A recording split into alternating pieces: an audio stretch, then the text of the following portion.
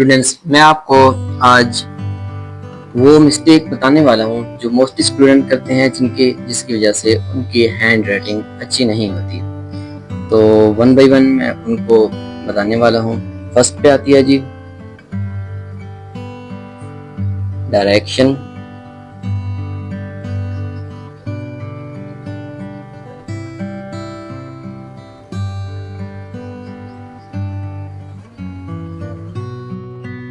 Second पे है जी alignment.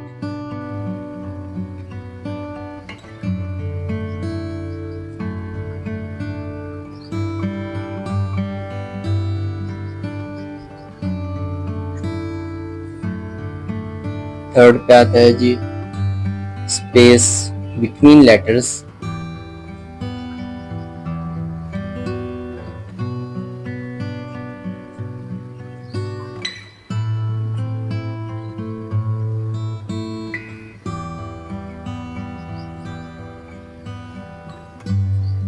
Fourth पे आता है जी स्टाइल।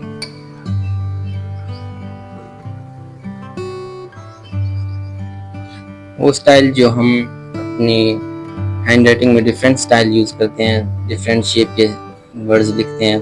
तो आगे मैं आपको वन बाय वन एक्सप्लेन करने वाला हूँ, ठीक है। फर्स्ट में मैं आपको डायरेक्शन को एक्सप्लेन करने वाला हूँ। तो फर्स्ट में आते हैं जी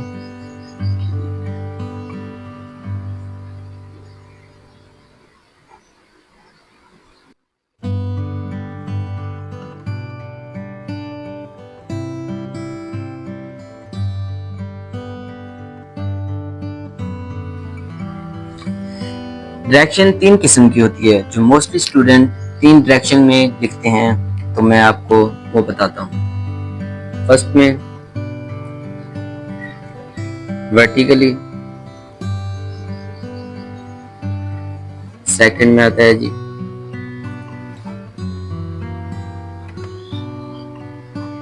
इस तरह की डायरेक्शन होती है जिसमें जो हमारे वर्ड्स है उनका झुकाव राइट साइड की तरफ होता है, जिसको हम इटैलिक भी कहते हैं। थर्ड में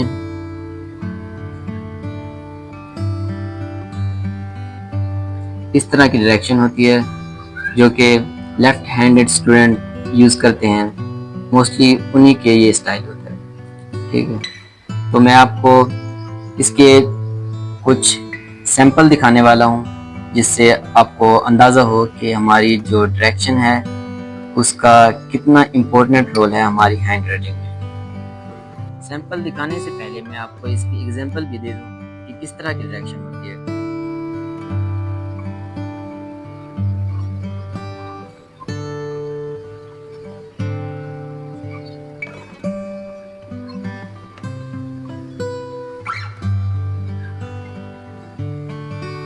चलिए आपको सैंपल दिखाते हैं। फर्स्ट सैंपल में आप देखें कि जो डायरेक्शन है इस सैंपल में तमाम वर्ड्स की डायरेक्शन देखें जी सेम है जी। ये देखें स्मॉल है, चाहे वर्ड्स की लंबाई लेंथ ज्यादा है फिर भी देखें जी ये देखिए डायरेक्शन तमाम की सेम है। सेकंड सैंपल में देखते हैं जी, ये देखें जी इस सैंपल में तमाम वर्ड्स की डायरेक्शन ये राइट साइड की तरफ है, ठीक है। ये देखिए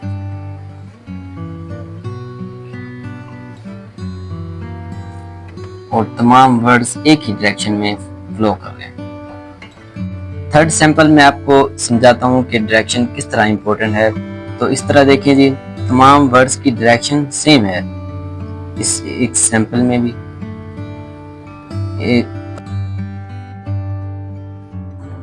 तो ज़रूरत क्या है कि जब भी हम लिखें तो हमारे तमाम वर्ड्स की डायरेक्शन है वो सेम होनी चाहिए, जैसा कि मैं आपको बता चुका हूँ।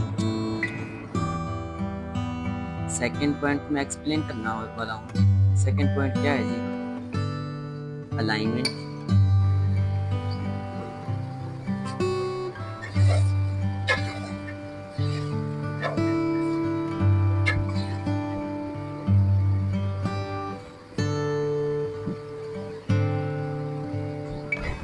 हमारे जो इंग्लिश के अल्फ़ाबेट हैं उनको हम 3 कैटेगरीज में डिवाइड करते हैं अलाइनमेंट के लिहाज से।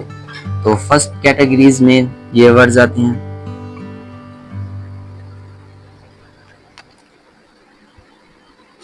ए, C, E, I, M, N, O, R, S, U, V, W, X और जी।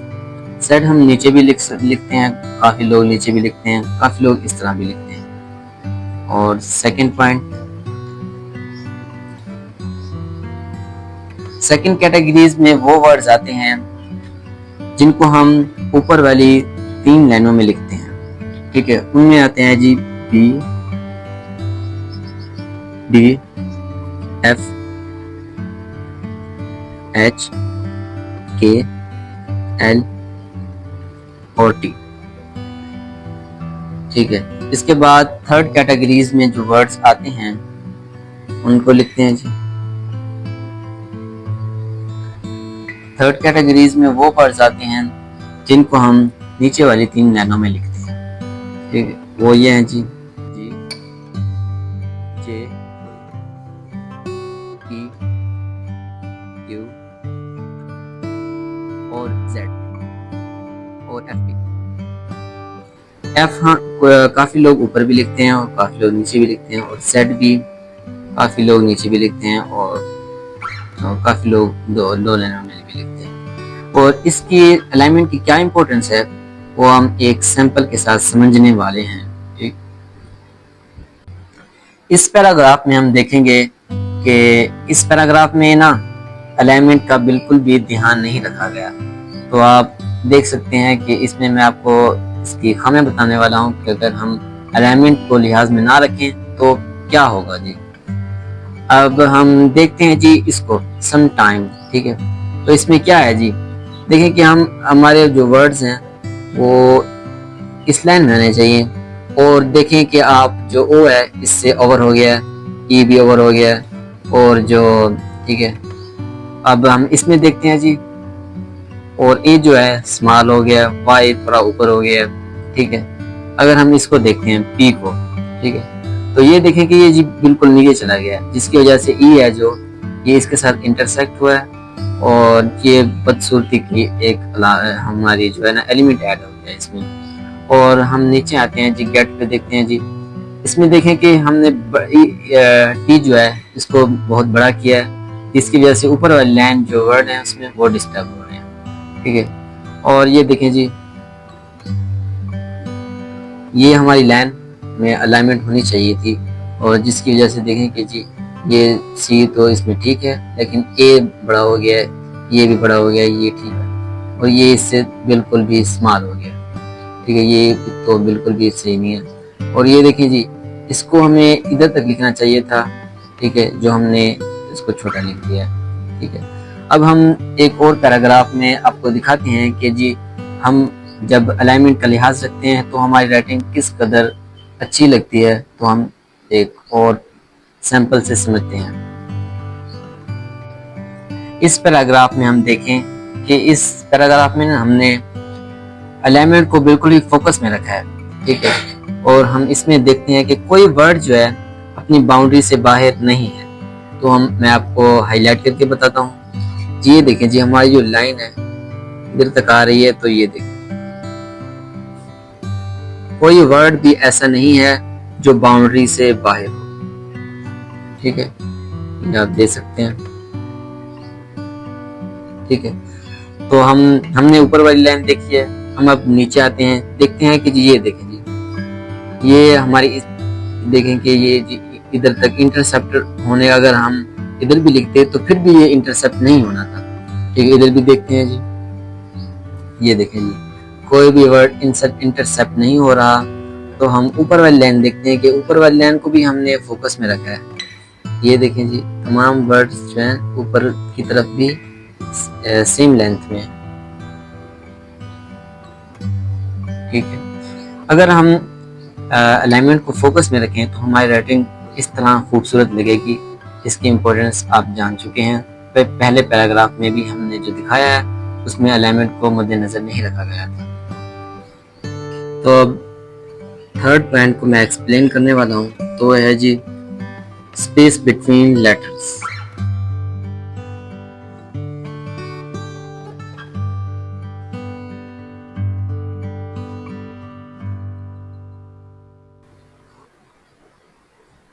बिटवीन का मैं शॉर्टकट यूज कर रहा हूँ।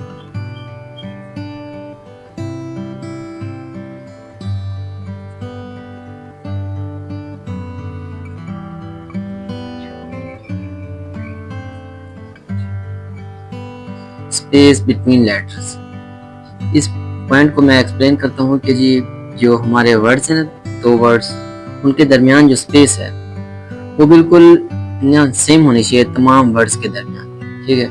और ना ही वो ज्यादा लंबी होनी चाहिए और ना ही ज्यादा कम होनी चाहिए, ठीक है। अगर मैं एवरेज की बात करूं तो जी 1.5 सेंटीमीटर से 2 सेंटीमीटर ये कॉमन रेंज होती है, जो भी मोस्टली स्टूडेंट इतना ही लिखते हैं, ठीक है। इससे कम या ज्यादा कम नहीं कर सकते। इससे ज्यादा अगर आपकी जो कॉपी की जो विड्थ है, लेंथ है, वो ज्यादा है तो आप यूज कर सकते हैं, ठीक है। अब मैं आपको एक सिंपल से एक्सप्लेन करूंगा कि भी इसकी क्या इंपॉर्टेंस है। अगर हम इस पैराग्राफ में देखें तो जो स्पेस है उसको बिल्कुल भी फोकस में नहीं रखा गया। अब मैं आपको हाईलाइट करके बताता हूँ। इधर देखें जी स्पेस बिल्कुल ज्यादा दे दी है, इधर देखें जी कम दे दी गई है, और इससे थोड़ी सी ज्यादा दे दी गई है, इधर फिर कम है, फिर ज्यादा है।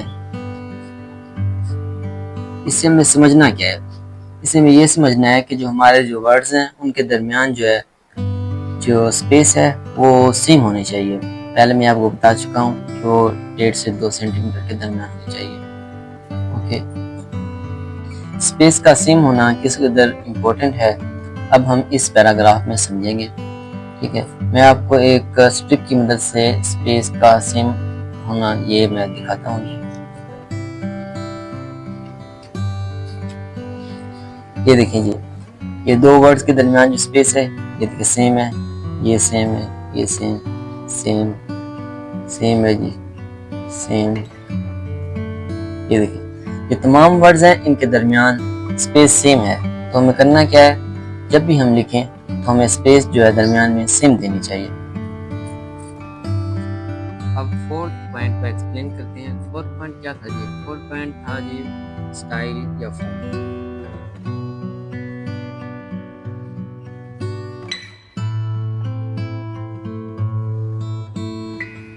या फिर फॉन्ट।